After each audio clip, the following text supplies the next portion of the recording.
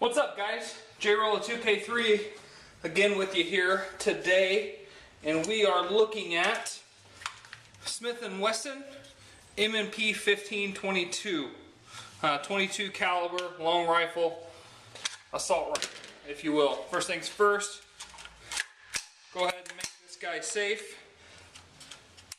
Good to go there. So I brought out two weapons tonight. First is the M&P 1522. In the background is my Rock River Arms AR-15. I wanted to bring both of these guns out so that you could get a comparison, at least visually, on how similar these two platforms are. M&P 1522, this is a phenomenal starter rifle as a trainer or as a cheaper alternative from the ammunition side and initial investment side to an actual AR-15. The similarities, guys, are downright eerie. Okay, I'm going to sit both of these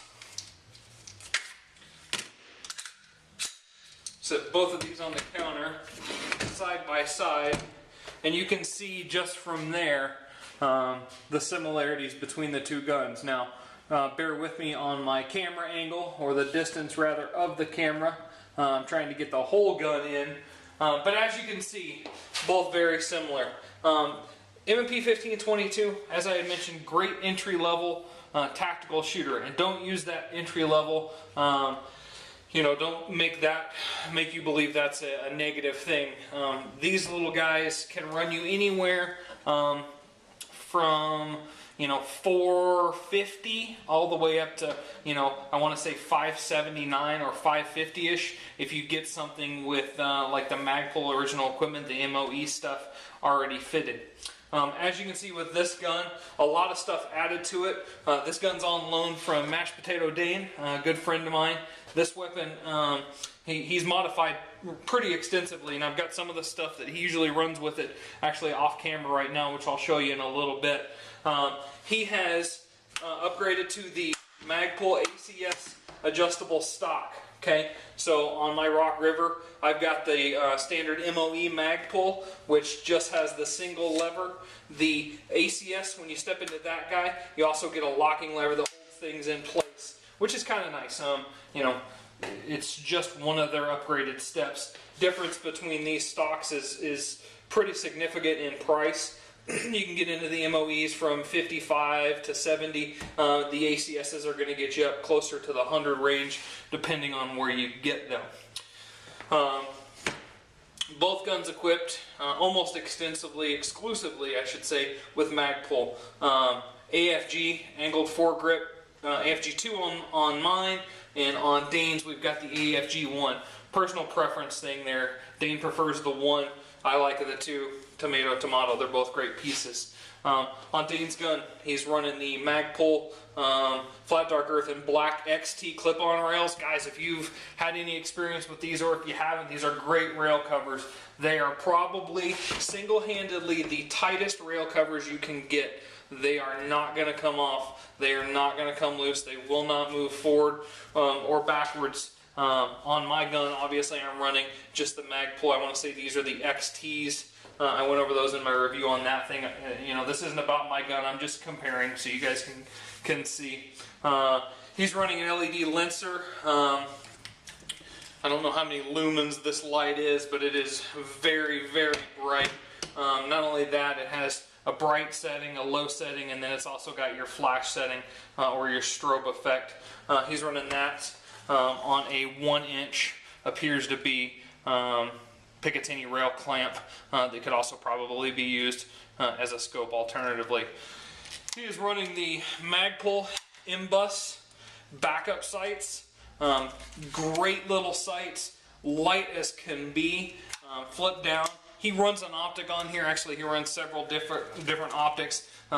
Different things from like an aim point. And then I know he runs some scopes and some other things as well. So he uses this rifle for many different applications. With that being said, the major difference you will see from an actual AR to a M&P 15-22. Small stuff, okay? We're running 22 long rifle through this guy, so your extractor port or your ejection port is going to be very small. On top of that, you will notice it does lack a dust cover. There are guys out there on the M&P forums that are making these things, and they're running them into this section of the upper receiver with some screws, you know, when they basically go in and thread that upper receiver. So they look pretty nice, but they are the smaller, you know, let's call that 2 2¼ inches. Mashed Potato Dane has done some paint fill stuff on here, tactical Crayola if you will, basically church things up and made it look real good. The MOE edition of the M&P 15-22 has a sling attachment point in the back part of the lower receiver. This guy didn't come with that. He has customized an Uncle Mike's quick release, you know, adjustable sling attachment point. He runs a Magpul single point sling with this guy, so he stuck that in there. He's going to be shooting the gun, you know, anywhere from click 1 all the way back. So having it in that section of the faux buffer tube certainly not going to get in the way of everything. The factory muzzle brake on these guys is kind of your standard issue. Nothing really to write home about. He runs a really cool little can on this thing. Let me grab it off camera. This is a Spikes Tactical can, and you know, don't be fooled. It's not a suppressor. It's not a silencer, but it's just a little barrel shroud that goes on, and gives this gun kind of a cooler look, as you can see. Now, here's the cool part about the M&P 15-22. One pinky to hold this thing up. If I had to guess without going inside and getting a scale, I would say that this thing probably weighs in the neighborhood of 5 pounds. You know, add a little bit once you put the mag in. AR-15, I know for a fact that this hoss weighs about 9.7 loaded. So, as I stated in my review of my gun, M&P 15, great trainer, great gun to use as a, you know, alternative to running around with that heavy thing attached to a single point sling and, you know, trying to run drills with and get used to. These are great platforms for that. These are going to give you all of the same ergonomics that an AR will. The only difference, guys, buffer tube on this is not really a buffer tube. You have no castle nut, commercial sized, non-mil-spec buffer tube, okay? Charging handle, you're going to have a little less pull. You know what, I'll say a lot less pull. Let's call it 3 inches less. So on the M&P there, on an AR, you're going clear back to, you know, mid-stock level. So 4 inches of difference, let's call it, between the two. So overall, great gun. With the M&Ps, you can opt for different things. Triggers systems from ARs will drop right in.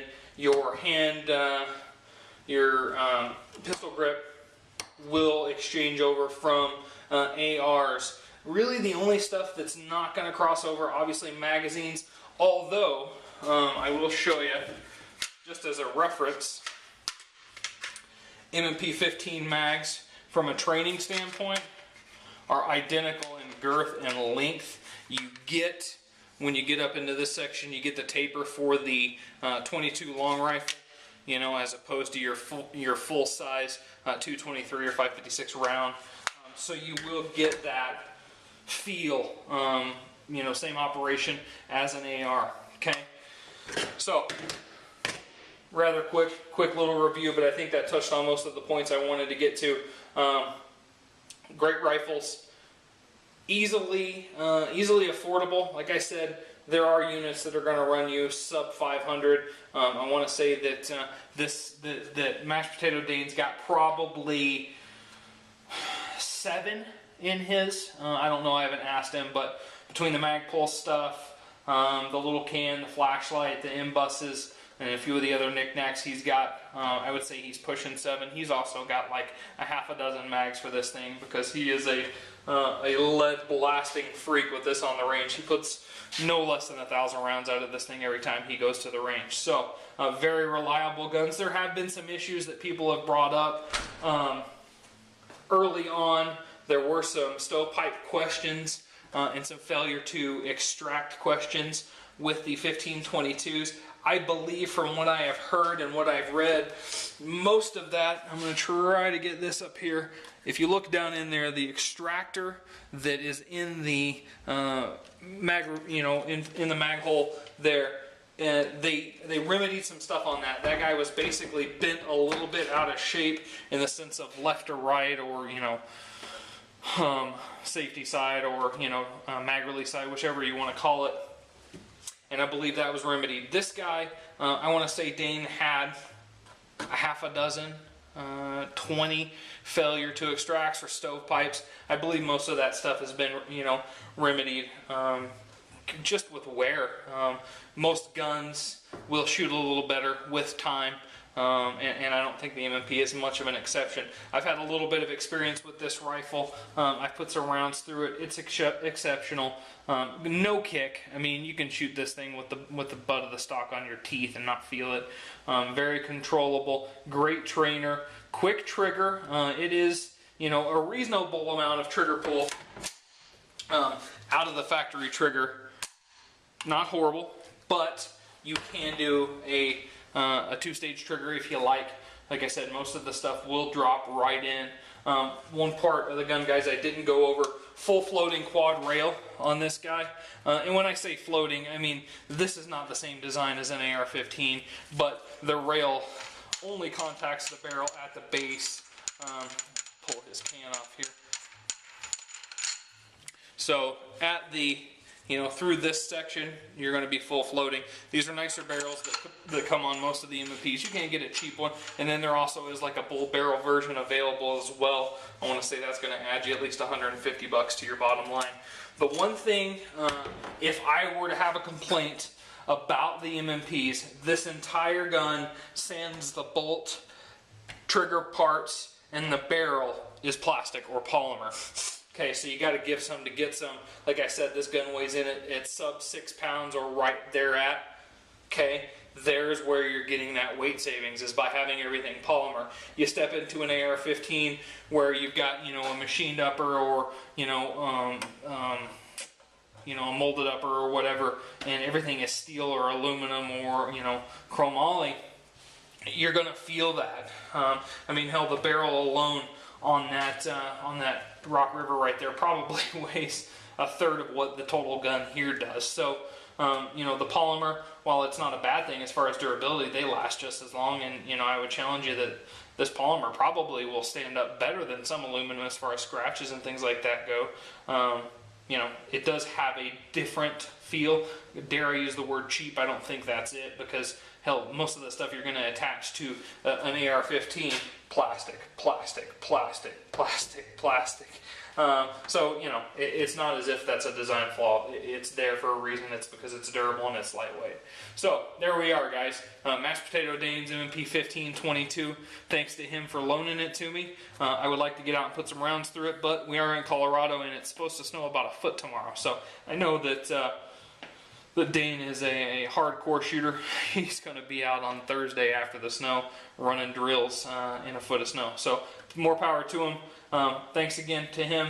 And if you guys have any questions, be it about Rock River, M&P 15s, Glocks, whatever it may be, shoot me a comment in my section. I'll be happy to answer any questions I can. Just know that all of my reviews are based on opinion, not necessarily fact. So if you guys think that the M&P 15, the Rock River, or any of the things I have to say suck, totally fine by me. I'm just trying to tell you guys and educate you on what I know. So if you got any questions, hit me up and we'll go from there. Thanks, guys.